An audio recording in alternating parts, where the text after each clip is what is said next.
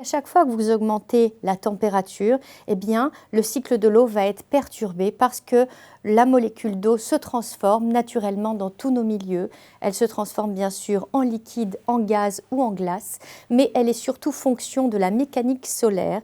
Plus cette mécanique-là est différente, plus la température s'accroît, plus ce cycle de l'eau va se transformer et va se modifier. Et donc c'est vraiment tout le défi que l'on a à comprendre devant nous, c'est de quelle manière ce cycle de l'eau se modifie, comment les sécheresses sont en train de s'accroître, comment les inondations deviennent plus puissantes parce que le pouvoir de précipitation du nuage est beaucoup plus important, les nuages sont plus précipitants. Il faut comprendre qu'à chaque degré que l'on gagne dans l'atmosphère, eh bien, ça augmente le pouvoir de précipitation d'un nuage de 7 à 10%. Donc l'impact sur le cycle de l'eau, eh bien, il est multiple. D'abord, on a un pouvoir de précipitation du nuage qui est beaucoup plus important. Cela signifie qu'on va avoir des précipitations beaucoup plus intenses, beaucoup plus fortes, dans des temps beaucoup plus restreints. Et ces inondations vont en général arriver sur un sol qui a été imperméabilisé ou qui parfois a été aménagé par l'homme, notamment sur le plan agricole, mais avec des sols qui contiennent moins facilement de l'eau. Et donc, on voit très bien à quel point cette eau n'a pas d'autre choix, puisque, faute de pouvoir s'infiltrer facilement, elle va avoir tendance à ruisseler. En ruisselant, elle va contribuer à un risque d'inondation très important.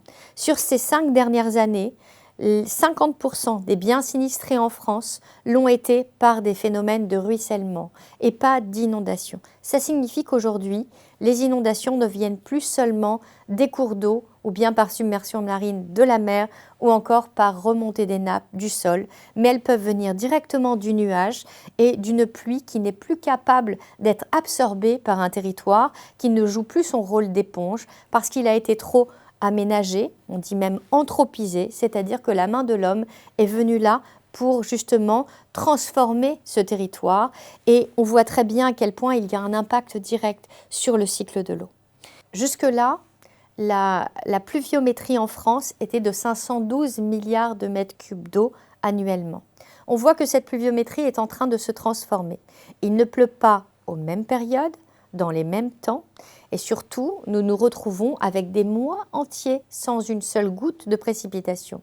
Ces périodes dites anticycloniques sont des périodes de beau temps. Elles ont tendance à s'accroître dans le temps, et surtout, on les imaginait jusque-là sur la bordure méditerranéenne, et on voit très bien que les périodes d'ensoleillement ont tendance à remonter jusqu'au nord de la France. On a beaucoup plus de jours d'ensoleillement aujourd'hui qu'il y a 5 ans ou encore 10 ans. Ça a une conséquence, là encore, sur le cycle de l'eau, de manière cruciale. On voit à quel point ces températures augmentent via cette question de beau temps. Il manque aussi bien souvent du vent. Et donc, c'est cet ensemble de paramètres météorologiques qui font que le cycle de l'eau a tendance, effectivement, à se transformer. Beaucoup plus d'évaporation massive dans l'atmosphère.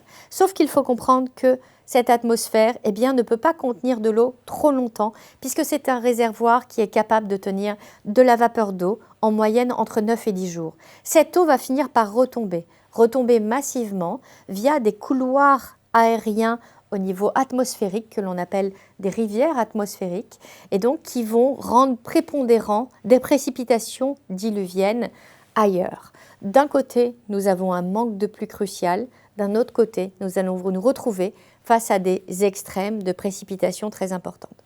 Le problème, c'est que lorsque ces précipitations sont extrêmement violentes, elles tombent sur le sol et elles vont avoir une certaine tendance massive à ruisseler. C'est de l'eau que l'on perd, c'est de l'eau qui va emporter avec elle un ensemble de polluants qui vont retourner très rapidement dans la rivière qui se situe à côté, voire même ensuite dans les fleuves.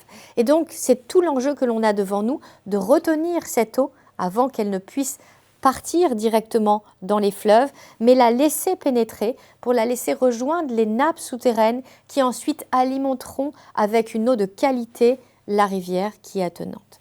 Tout ça, c'est le défi que l'on doit avoir devant nous pour justement chercher à optimiser l'intégralité du cycle de l'eau.